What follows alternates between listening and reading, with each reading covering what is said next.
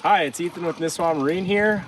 Today I'm going to talk through and how to take your RTP canopy off and go through all the steps. So first step is, come over here, you're going to want to pull this pin.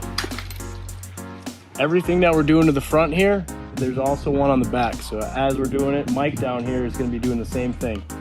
Next, you take your 3/4 socket, throw it on the canopy end, push that in, and then there's going to be a lever up here.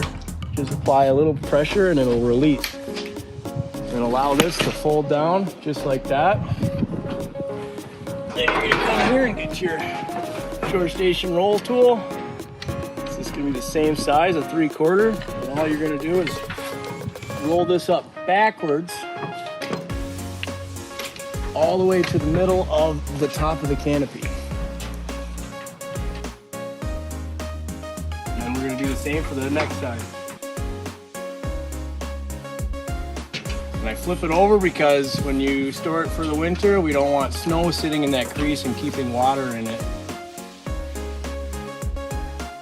Now all we're doing is securing it to the lift, so you tie the front and the back down so it doesn't go anywhere.